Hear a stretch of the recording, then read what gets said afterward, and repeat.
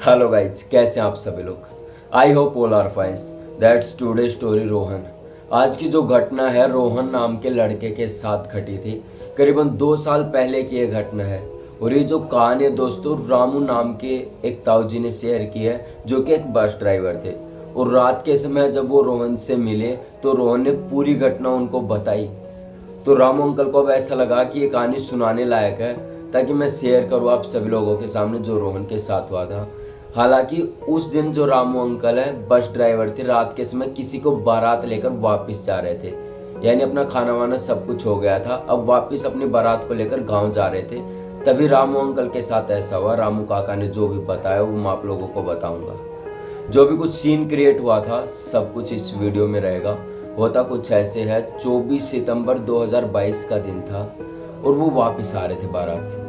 जब वो वापस आ रहे थे तो उनकी बस कंटिन्यू चल रही थी। जो बाराती लोग बैठे हुए थे बस में पीछे, वो भी काफ़ी ज़्यादा खुश थे, क्योंकि भाई उनके जो पड़ोस में बेटे की शादी हो गई थी और खूब मतलब खुशी का मातम था। एक प्रकार से हर जगह खुशी खुशी थी। लेकिन जो कुछ भी रामू काका के साथ हुआ बस में चलते समय, होता कुछ यूँ था कि एक रास्ता पड़ता था, थोड़ा जंगली रास्ता था, जंगल का रास्ता था। वहाँ से जब वो गुजर रहे थे तभी उन्हें ऐसा लगा कि बस के सामने कोई अचानक आया है। जैसे ही वो ब्रेक लगाते हैं, पीछे जो जन बैठे थे, जो लोग बैठे हैं, वो कहते हैं कि अंकल क्या बात होगी, ताऊ जी क्या बात होगी, कोई आ गया क्या। तभी एक बंदा रामू काका के पास चला जाता है और पूछने लगता है। तो रामू अंकल बताते हैं कि बेटा ऐसा लगा कि बस के सामने शायद कोई आया हो, या फिर कोई जानवर, या फिर कुछ भी हो। ऐसे बताते हैं जो पीछे से अंकल आए थे उनको। तो ऐसे जैसे बस रोकते हैं, करीबन 2 से 5 मिनट रोकते हैं, तभी अचानक से जो बीच की खिड़की जो होती है उससे एक बंदा ऐसे देखता है बाहर से, खोलो खिड़की खोलो, ऐसे सी आवाज़ आ रही थी। फिर रामू अंकल भी थोड़े घबरा गए और पीछे बैठे वो लोग भी घबरा गए। कह रहे इतनी रात का समय, क्योंकि रात का 12:30-1 बजे का समय था, और इस समय ये बंदा यहाँ क्या कर रहा है। क्योंकि आप भी जान सकते हो, आप भी कहीं पे गाड़ी नहीं रोकोगे रात के समय यदि आपको कोई दिखेगा। तो ऐसे ही कुछ सीन था, वहाँ पर देखते हैं। तो जैसे देखते हो वो जो बंदा था बाहर से बुलाता है, लेकिन सामने कुछ भी नज़र नहीं था। अंकल ने बस रोकी, उस बंदे से बातें की, भाई तू इतनी रात को कैसे होगा, पहले तो बाहर से ही पूछा। तभी अचानक से वो बंदा नीचे गिर गया, जो खिड़की थी खिड़की के ऊपर चढ़ा ऐसे थोड़ा सा, फिर वापस गिर गया। तो अंकल ने बस चलाना चाहिए, लेकिन फिर से वो जो बंदा था अब खिड़की को खुड़काने लगा, जो कि बस की मेन जो डोर होती है जहाँ से अंदर आते हैं, उसको ज़ोर ज़ोर से खिड़काने लगा। कहने लगा अंकल अंदर ले लो, नहीं तो मैं मारा जाऊंगा। तो पीछे जो लोग बैठे थे वो सोचते हैं कि यार ये कौन आ गया इतनी रात को, और फिर भी वो उसको अंदर ले ही लेते हैं। जैसे ही वो बंदा अंदर आता है, सबको अपनी कहानी बताता है कि क्या क्या सीन क्रिएट हुआ। तो वो जो बंदा था रोहन नाम का, वो बताता है कि अंकल ऐसे ऐसे बात हुई थी कि 2 से 3 दिन पहले इस रास्ते से मैं भी किसी शादी में जा रहा था, तो मैं रास्ता भटक गया। तो रास्ता भटकने के बाद इधर उधर काफ़ी देर घूमने के बाद मुझे एक घर सा मिला, पुराना सा घर था, जहाँ पर मैंने अपनी गाड़ी खड़ी करी थी। तो मैं जैसे उस घर के पास पहुँचा तो मुझे काफ़ी अजीब सा लगा।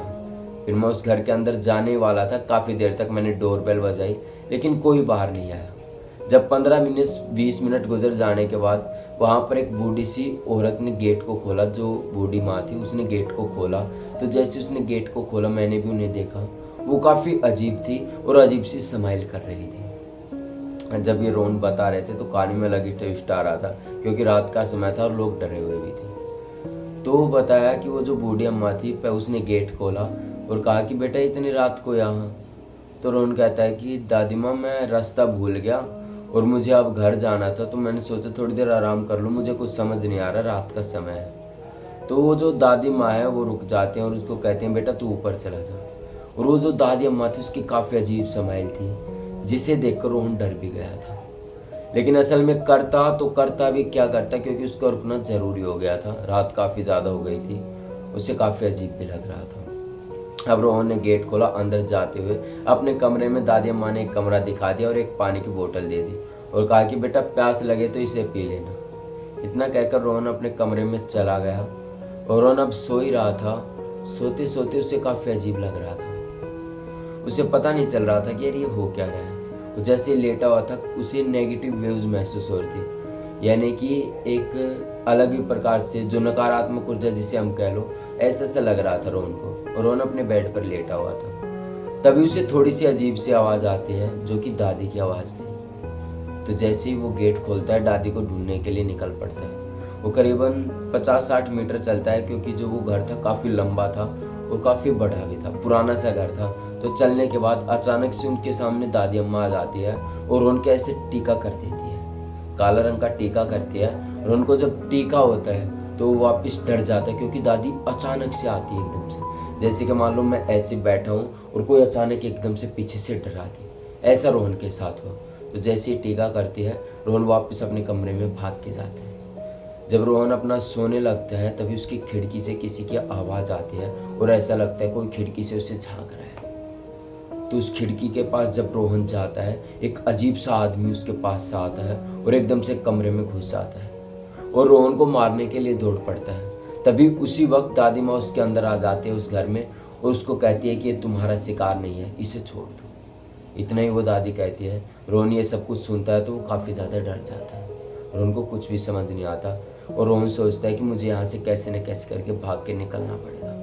ये उसी रात की बात है जिस रात अब जिसे रोहन को बस मिली है, तो इसी रात की वो बात है। हालांकि 2-4 दिन बिता दिए थे लेकिन इस रात ही सब कुछ हुआ था। तो रोहन जब उससे कमरे से बाहर निकलने लगा एक अजीब सा साया उसका पीछे करने लगा।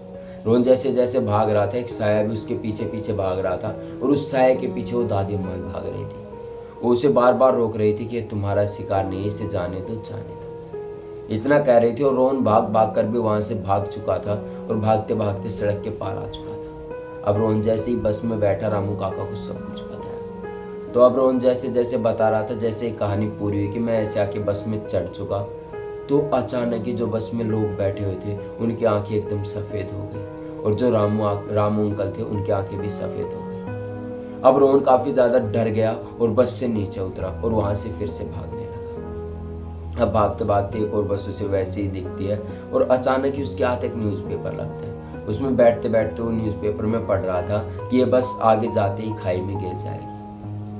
तो रोहन को एक बार तो गलत लगा लेकिन फिर भी वो बैठा रहा और उसमें चलता रहा।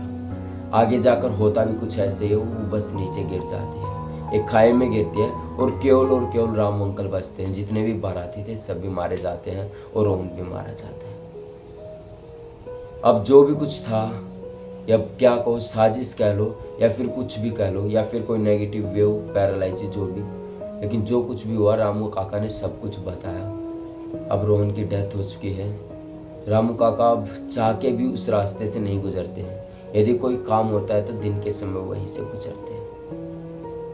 तो ये थी आज की कहानी जो मैंने विजिट करी। कमेंट बॉक्स में ज़रूर बताएं कि आपको कैसी लगी और ऐसी कहानी सुनने के लिए चैनल को सब्सक्राइब कर लें। तब तक के लिए जय हिंद। कल फिर से मिलेंगे एक और ऐसी खौफनाक कहानी।